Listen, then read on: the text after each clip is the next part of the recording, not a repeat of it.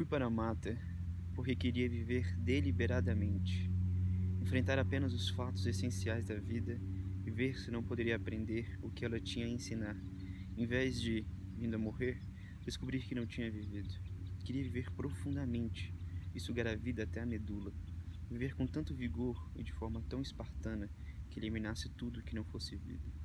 Em julho de 1845, desgostoso com o crescente comercialismo e industrialismo da sociedade americana, Henry David Thoreau deixou Concord, Massachusetts, sua cidade natal, para instalar-se à beira do lago Walden.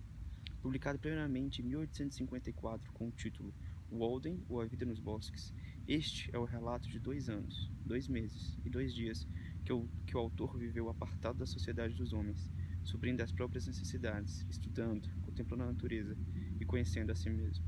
A maneira do homem americano de ver o mundo à sua volta e a si próprio nunca mais seria a mesma. No testamento ético-espiritual que é o Walden, o universo é maior do que as visões que temos dele. Beberiam todos os grandes nomes das letras e da cultura norte-americana, desde o transcendentalista Ralph Waldo Emerson aos autores beat da contracultura do século XX, além de figuras revolucionárias como Gandhi e Martin Luther King. Olá amigos, como vocês estão? Bem, eu estou aqui no descampado perto da minha casa, mais uma vez. Andou chovendo esses dias, apesar de pouco. Andou chovendo e agora já está bem verdinho. Aquele último vídeo que eu gravei aqui estava bem cinza, né? Bem avermelhado a terra. E agora, depois de algumas chuvas, já está bem verdinho. É muito bom estar aqui e só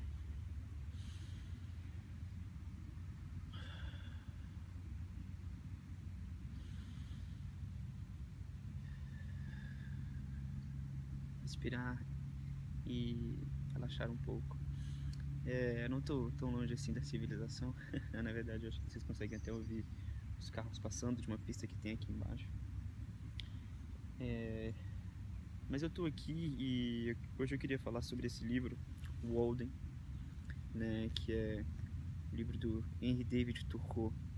Talvez vocês já devem ter ouvido falar desse livro, talvez vocês já o conheçam, e talvez esse pequeno pedaço que eu li aqui já seja familiar para você, ou talvez não. Na verdade, Walden, do Thoreau, é meu livro predileto. Não sei se eu posso dizer que é meu livro predileto, mas digamos que é o livro que eu mais retorno, que eu mais volto a ler e que, de certa forma, mais impactou a minha vida. Na verdade, esse aqui é o segundo volume que eu tenho. Eu gosto muito dessa versão de bolso, não sei se tem outros. Mas acho que esse livro combina muito, tudo, a mensagem dele, tudo que ele traz combina muito com a ideia só de colocar ele no bolso e sair por aí, né, andando. Então eu gosto bastante dessa versão de bolso. Na verdade, esse aqui é o segundo livro que eu tenho. Eu ganhei ele da minha namorada. Porque, na verdade, o primeiro que eu tinha dele, eu acabei emprestando para uma amiga e ela demorou para me devolver. E eu falei, não, quer saber, fica com ele. E eu acho que eu já devo ter lido esse livro umas 5 vezes. Eu realmente gosto muito.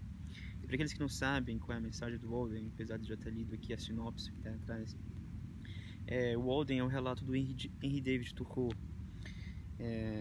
Bem, falar do Thoreau é um pouco complicado, né? Porque ele extrapola as palavras. Mas o Thoreau foi, de certa forma, um pensador, um poeta, um cara para além do seu tempo, que viveu nos Estados Unidos no século XIX.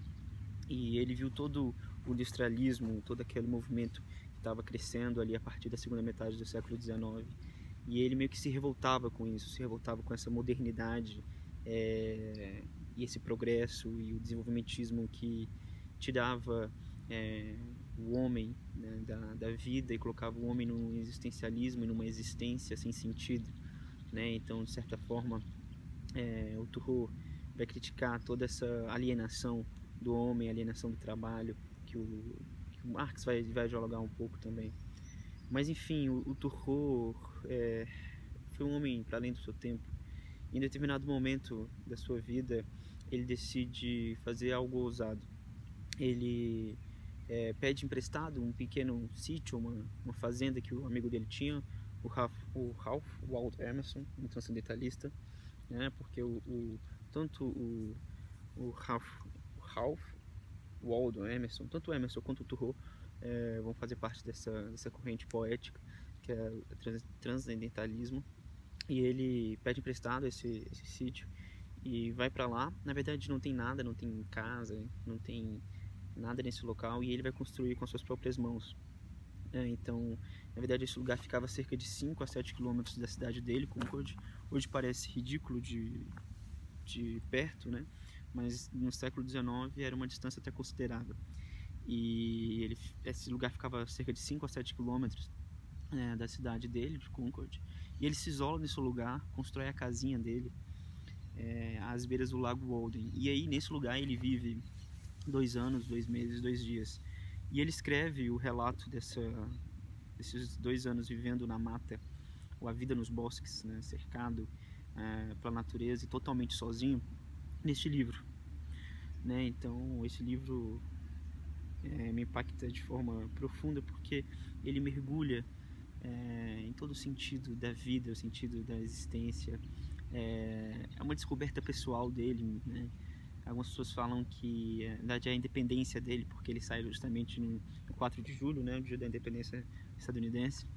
E é muito interessante, porque ele faz todo um relato. Também quando ele sai de lá, quando ele decide voltar para a cidade, ele faz todo um relato. Na verdade, ele começa narrando o livro, ele já está de volta à cidade, ele fala que essas aqui são as anotações que ele fez. E, enfim, é um livro impactante, é uma crítica veemente à sociedade moderna e à sociedade americana, não apenas estadunidense, mas, enfim, ocidental, de certa maneira. E eu conheci esse livro, na verdade, através do filme Into the Wild, ou Na Natureza Selvagem. Não sei se vocês conhecem, provavelmente sim. Esse é meu filme predileto também. É um livro que de certa forma impacta mais a minha vida do que qualquer outro. E dirigido pelo, se não me engano, Sam Penn, né? É um filme de 2007 com trilha sonora do maravilhoso Ed Vedder. Acho que é uma das trilhas sonoras mais impactantes que existe. E eu assisti o filme, eu acho que eu devia ter uns 12 anos. E esse filme mexeu de forma tão profunda comigo, de forma tão impactante.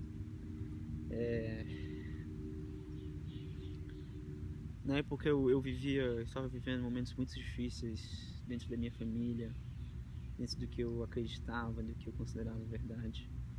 E aquele filme, toda a narrativa dele, da revolta que ele tem para com a sociedade, da vontade de não só existir, mas realmente viver, da busca por si mesmo, todo o confronto, todo o conflito que ele tem com os pais, era um cenário que era muito familiar para mim. E aquela cena que ele tá na fogueira conversando com os amigos dele, né, com aquele casal, e ele cita uma frase que é: de tudo que tiveres que me dar, não me dê fama, não me dê dinheiro, não me dê fortuna, não me dê, enfim, mais mesmo até do que o amor, me dê a verdade. É uma frase do Thoreau, e isso era uma coisa que eu precisava muito naquele momento. Eu estava passando por uma fase em que eu não sabia mais nada, em que eu não acreditava mais em nada, e coisas que eu tinha como certas e que eu acreditava que eram verdadeiras, eu havia descoberto que não eram verdade. Coisas que eram de extrema importância. E nem meus pais me diziam toda a verdade do que estava acontecendo. Enfim. E quando eu vi isso, eu fui pesquisar essa frase. E aí eu descobri o Thoreau, e descobri na verdade que o Thoreau era o escritor predileto do Chris McCandless, né, que é o personagem principal do filme. Na verdade, o filme Into the Wild, Na Natureza Selvagem, ele é inspirado no livro que o Jon Krakauer escreveu sobre a vida do McCandless. E, enfim, eu fui procurar sobre o Thoreau, e aí eu comecei a pesquisar sobre a vida dele até achar o livro e ler. E aí eu já devia ter uns 14, 15 anos quando eu li pela primeira vez. Ele tem outro livro muito conhecido, que é Desobediência Civil, que é um tratado sobre, enfim, sobre a desobediência ao Estado de uma forma que possa causar uma revolta, uma revolução, sem precisar necessariamente pegar em armas. Na verdade, esse livro foi muito usado pelo próprio Gandhi, né, e pelo Martin Luther King também. Mas enfim, eu comecei a procurar sobre Thoreau e toda a explicação que ele traz para a vida, e esse livro realmente me impactou muito, porque eu sempre tive uma vontade muito forte, sabe, uma vontade muito louca de largar tudo e viver no meio da natureza, viver no meio da mata, sabe, ter só uma mochila nas costas e sair por aí caminhando, sair por aí conhecendo o mundo. Eu costumo brincar e dizer que eu acredito que o homem não existe, o ser humano, né, a humanidade não existe para ser sedentário. Eu acredito que a nossa essência é nômade, a nossa essência, ela precisa desbravar, ela precisa estar em constante movimento, conhecendo coisas novas. E é interessante isso porque normalmente quando eu falo isso, as pessoas falam: ah, mas o ser humano desde sempre foi sedentário e tal, né? Sempre esteve atrelado à sociedade e à civilização, né? Essa palavra bonita que a gente gosta de falar aqui no Ocidente, somente para desmerecer os povos que aos nossos olhos não são civilizados. Mas se você parar para pensar, a humanidade, né, a espécie, a raça humana, o Homo sapiens sapiens, ele tem cerca de 100 mil anos. Ele está sobre esse planeta chamado Terra há cerca de 100 mil anos. E desses 100 mil anos que o Homo sapiens existe, que está pela Terra, apenas cerca de 10 mil anos que o homem é sedentário. Ou seja, há cerca de 10 mil anos que o homem que aconteceu a Revolução Neolítica, talvez a revolução mais importante da humanidade. Foi quando o homem aprendeu a domesticar os animais e a cultivar a terra, né? Descobriu a agricultura, e aí passou a formar pequenas aldeias que começaram a virar pequenos agrupamentos, enfim, viraram cidades até os dias de hoje. Então tem o que? Apenas 10% da história humana é sedentária. Os outros 90% é o homem caminhando, o homem vivendo no nomandismo, o homem não preso à civilização, o homem vivendo na natureza. Então, na verdade, a nossa história, a história da raça humana, ela é muito mais nômade do que sedentária. E eu acho que isso de alguma forma ainda está no sangue de algumas pessoas. Esse desejo de sair e de conhecer, de não viver uma vida fixa, de viver uma vida viajando, envolto na natureza, imerso na natureza, sem estar preso a uma sociedade, sem estar preso a uma vida embasada na civilização, nos preceitos da civilização, do trabalho, da família, do emprego, do dinheiro, do sucesso. E eu acho isso interessante porque se você pegar uma pessoa, um senhor de idade, com 80 anos, e desses 80 anos, só 8 que ele vive na cidade, os outros 72 ele viveu no campo, você acha que ele vai estar mais familiarizado com qual? Com a cidade, que ele vive apenas 8 anos, ou com o campo onde ele nasceu e viveu o resto da vida? Obviamente com o campo. Então eu acho que a humanidade ainda tem essa necessidade, e eu acho que isso, na verdade, é o grande dilema que a humanidade enfrenta, né? E eu acho que isso talvez seja o que a história de Adão e Eva conte, de alguma maneira, né? O mito de Adão e Eva, que está na Bíblia, onde eles são expulsos do jardim. Na verdade, eu acho que é esse sentimento de estar à parte, de estar fora da natureza. O ser humano é o único animal em que ele se enxerga fora da natureza e ele acha que a natureza pertence a ele, que ele pode dominar a natureza e usar a natureza para o que ele quiser. Enquanto todos os outros animais eles se enxergam como partes integrantes da natureza. Então acho que o ser humano ele se sente isso, ele se sente exilado, ele se sente para fora da natureza, excluído. E eu acho que a partir do momento que a gente começar a pensar em um retorno à natureza, eu sei que isso é uma utopia, eu sei que isso é algo, enfim, mas de certa forma um retorno à natureza, em que a gente começa a perceber que nós não possuímos a natureza, que a natureza não nos pertence, é o contrário, né? A natureza é que nos pertence, nós pertencemos a ela e não ela a nós. Quando nós entendermos esse retorno, voltarmos a estar inseridos na natureza, eu acho que tantos problemas, tantas coisas na nossa vida vão encontrar o seu sentido e quantas doenças não vão ser curadas, né?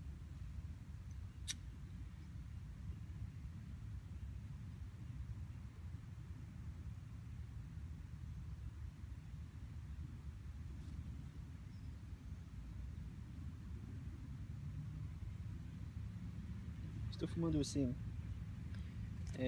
tabaco aqui, ó, da Ulassen, a True Delight. É um ótimo tabaco para se fumar de manhã. Vou fazer um review dele no meu canal quando eu tiver um tempo. Fumando nesse belo cachimbo aqui, Remo of Copenhague.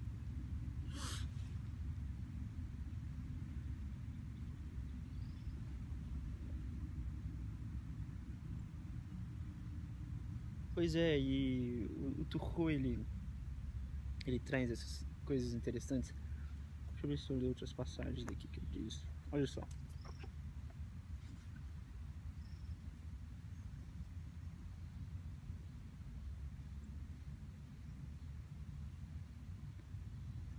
A vida de nossa cidade se estagnaria se não fossem as várzeas e florestas virgens ao redor dela.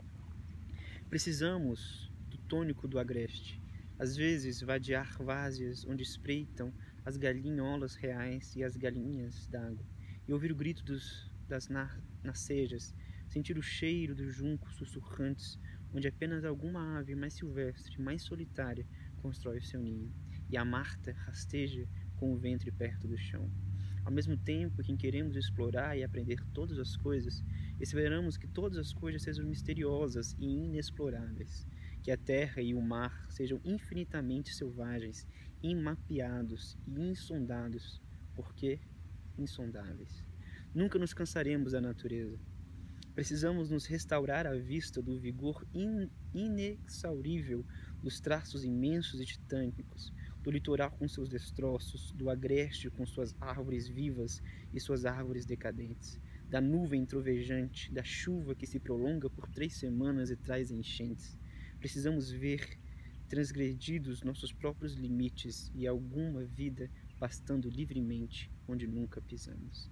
Reconfortamo-nos ao ver o abutre se alimentando da carniça que nos enoja e desgosta, e desse repasto extraindo força e saúde. Enfim, o Turco vai falar disso, né? Dessa vida selvagem que nós precisamos, e que eu acho que a humanidade necessita mais do que tudo.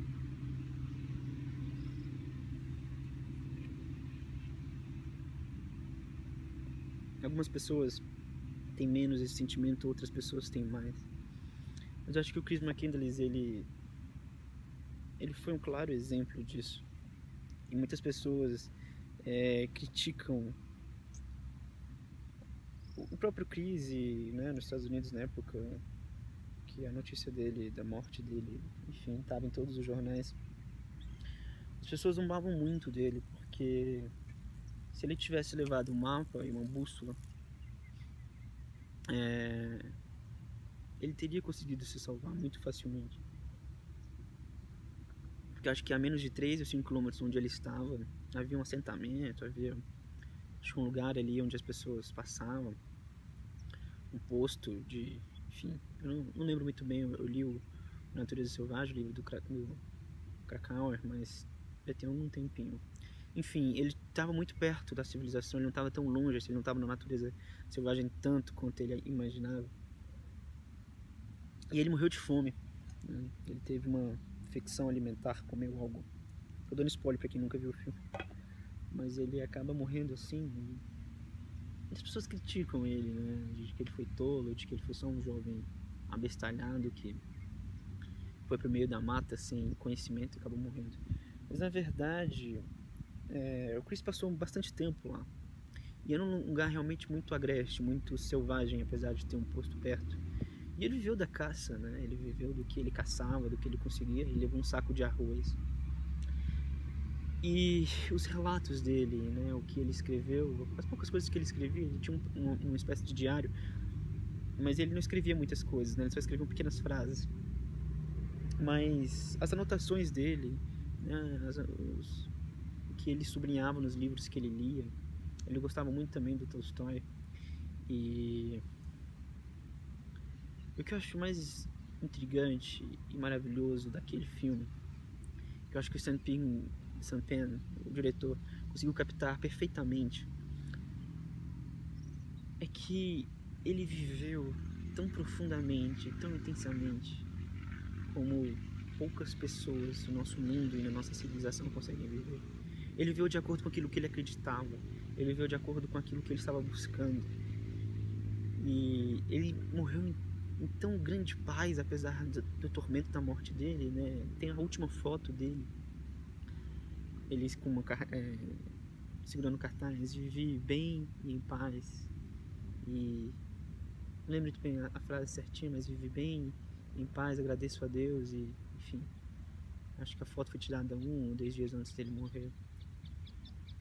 Ou seja, mesmo ali na morte dele, ele estava em paz. E quantas pessoas, com poucas pessoas, podem e encontram a morte em estado de espírito, em um estado de espírito que está em paz?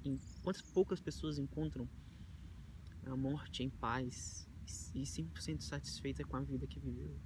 Ali naquela natureza, imerso naquelas montanhas, no interior do Alasca, ele encontrou a vida de tal forma, de maneira tão pulsante, como poucas pessoas que vivem a sua vida, a sua rotina, que vivem para o trabalho, que acham que quando aposentar vão conseguir viver os seus sonhos. Como poucas pessoas encontram. Sim, ele morreu novo, jovem, acho que ele devia ter 22, 24 anos, e de maneira horrível e burra, porque tinha um lugar perto.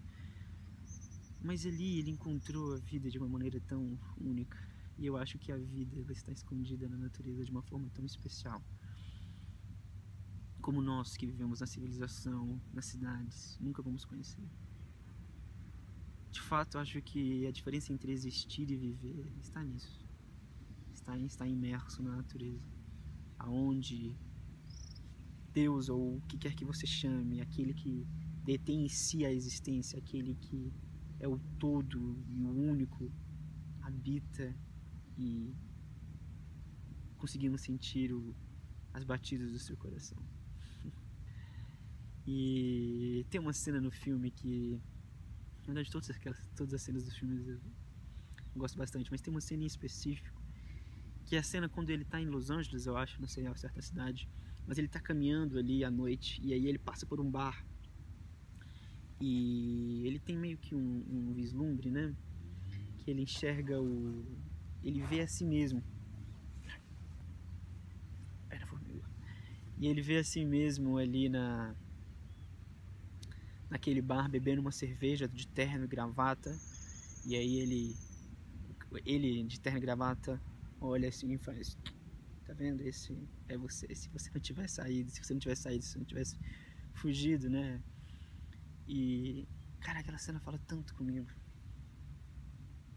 Quantas vezes eu não me vejo de terno e gravata? E por acaso no último estágio eu trabalhava exatamente assim. Quantas vezes eu não me olhava no espelho e via aquela cena de: essa vida inútil que você quer ter. Você quer ser um homem bem sucedido, um homem de negócios, de terno e gravata, com seus milhões e milhões. Ou só com a sua vida inútil, trabalhando de segunda a sexta, 8 horas por dia, vivendo uma rotina massacrante, vivendo para aproveitar os finais de semana, #sextou, vivendo para aproveitar as férias, as curtas férias. E eu acho que a vida ela está muito mais em lugares onde a gente pode, o pessoal ali, muito menos imaginar. E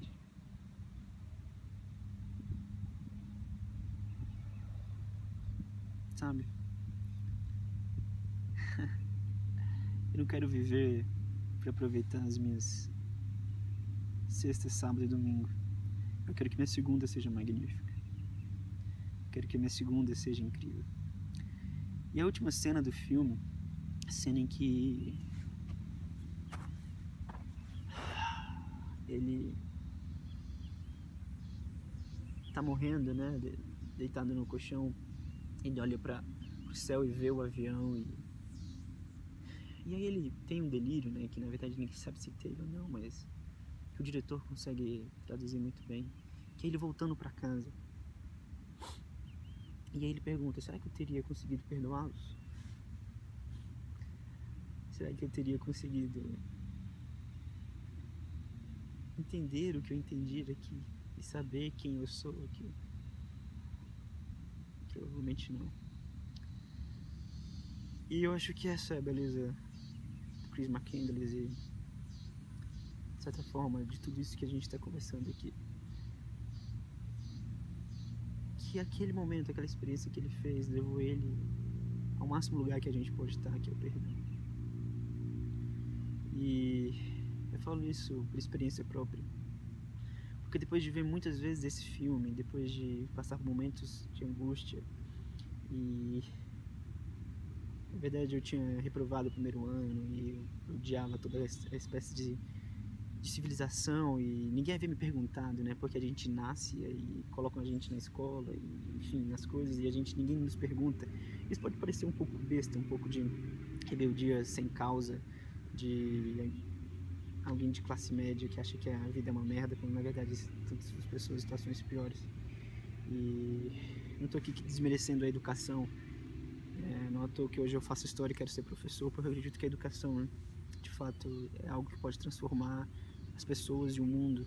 E eu acho que é uma oportunidade, o que é de fato uma oportunidade palpável, que pode trazer uma melhoria de vida para tantas pessoas que estão em situações de marginalização social e que, enfim, né, para eles a escola é muito pouco importante, porque não traz dinheiro, é um investimento em longo prazo. Mas enfim, eu tinha acabado de reprovar o primeiro ano e eu estava revoltado com a vida, problemas em casa. E eu decidi pegar minha mochila e meter o pé.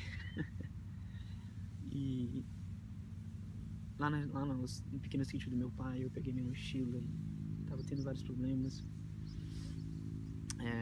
pessoais, problemas com meus pais, com minha família. E eu decidi pegar minhas coisas e ir embora.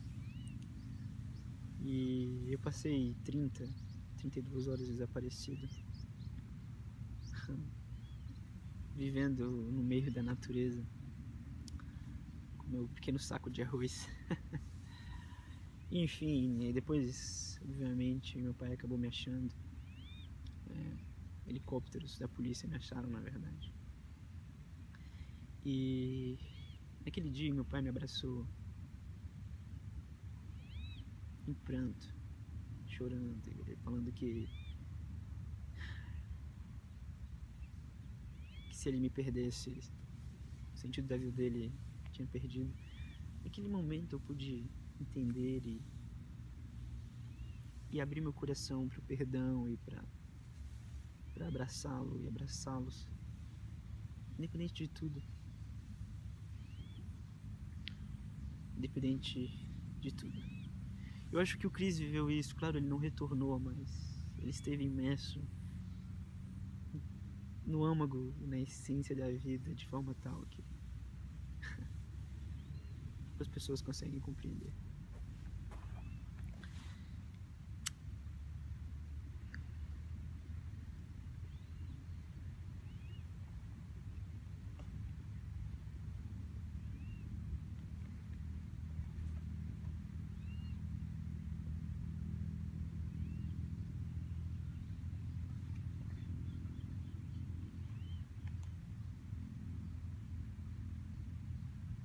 Tem uma passagem aqui, é uma passagem muito interessante que eu gostaria de ler, que diz o seguinte: quando deixei o teto do irlandês após a chuva, novamente dirigindo os passos para o lago, minha pressa em apanhar lúcios, atravessando várzeas, atoleiros e lamaçais, em locais ermos e selvagens, por um instante, pareceu uma coisa trivial para mim, eu que tinha frequentado a escola e a faculdade.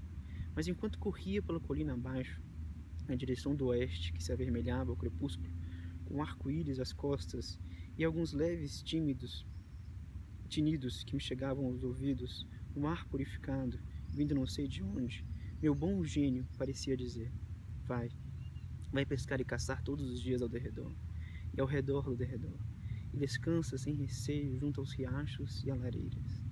Lembra-te o Criador enquanto é jovem, levanta-te, despreocupado antes do alvorecer, e vai em busca de aventuras, que o meio-dia te encontre em lugares, em outros lagos, que seja lá onde quer que a noite te surpreenda. Não existem campos mais vastos a percorrer, nem jogos mais importantes a jogar.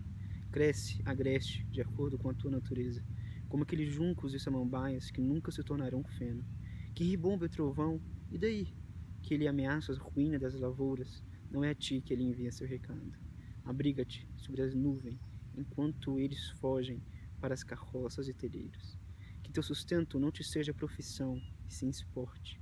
Goza a terra, não sejas o dono dela. É por falta de iniciativa e de fé que estão os homens onde estão, comprando e vendendo, gastando a vida como servos. Eu acho que esse entendimento do Thoreau, ele é maravilhoso, sabe? Em determinado momento ele se questionou que ele estava vivendo uma vida trivial. Ele que foi para a escola, fez faculdade, foi professor. O que ele estava fazendo no meio do mato, vivendo como um selvagem, como alguém sem estudo, sem conhecimento, pescando e caçando? E eu acho que isso diz muito. Ele continua falando, ó: os homens retornam docilmente à casa de noite, vindos do campo próximo da rua ao lado, onde o doméstico ecoa como um fantasma e suas vidas definham, porque respiram apenas a própria respiração. Suas sombras matinais e noturnas se alongam mais do que os seus passos diurnos. Devíamos chegar em casa vindos de longe, de aventuras e perigos, de descobertas diárias, com um novo caráter, com novas experiências. Ou seja, né, essa vida indo para o trabalho todos os dias, de segunda a sexta, sem conhecer nada. E eu acho que isso,